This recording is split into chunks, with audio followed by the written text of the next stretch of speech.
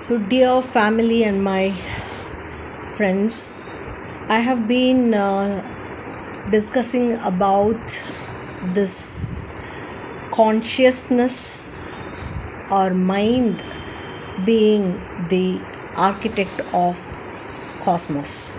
So, everything is just the replica of what we see around us in the galaxy or Milky Way and the planets, star systems. That's what is embedded within the living entities. So, we must understand this philosophy of Advaita Vedanta, that is Brahman, which is often described as pure, unconditioned consciousness. And that Brahman, the ultimate reality, is fundamentally consciousness itself, not something that merely possesses or is aware of consciousness. It is the source of all awareness and the underlying reality of everything that exists. And Brahman as the absolute. Brahman is the ultimate unchanging reality, the source and ground of all existence. Consciousness as fundamental. Advaita Vedanta posits that Brahman's essence is pure, unqualified unconsciousness, not something that arises from or is dependent on other factors. So, transcending this duality, this understanding of Brahman as consciousness also transcends the duality of subject and object, knower and known. It is the light that illuminates all experience, the very ground of being that makes experience possible. Consciousness in this context is often described as illumination, the light that allows for all perception and experience.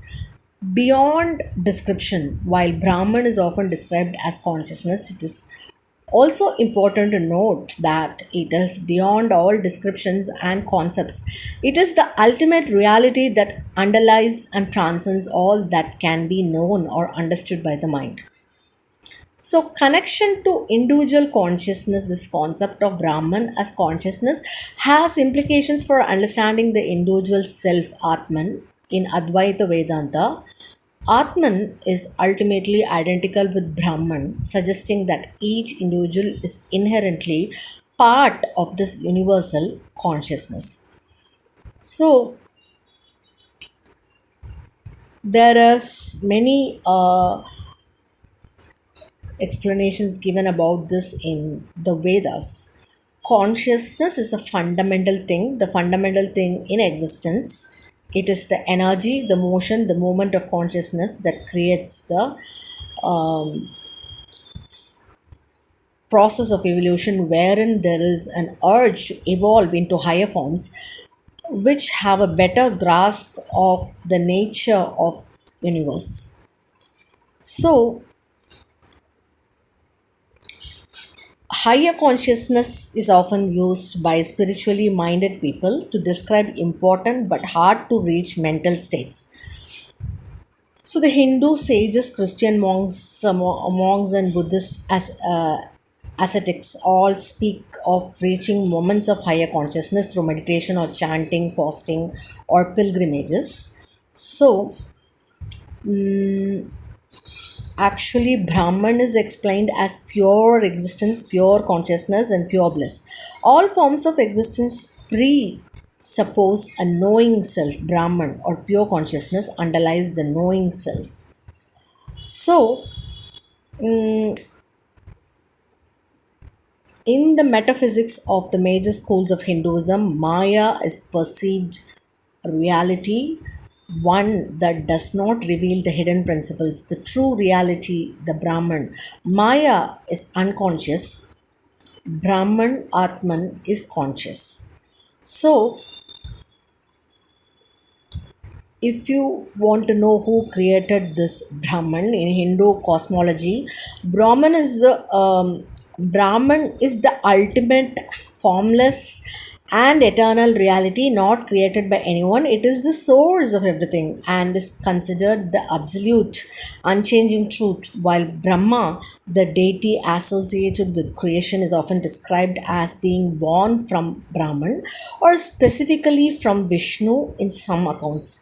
Brahman itself is not an entity that is brought into existence. So, actually, the Brahman is the fundamental underlying reality of the universe, encompassing everything and transcending all forms and limitations.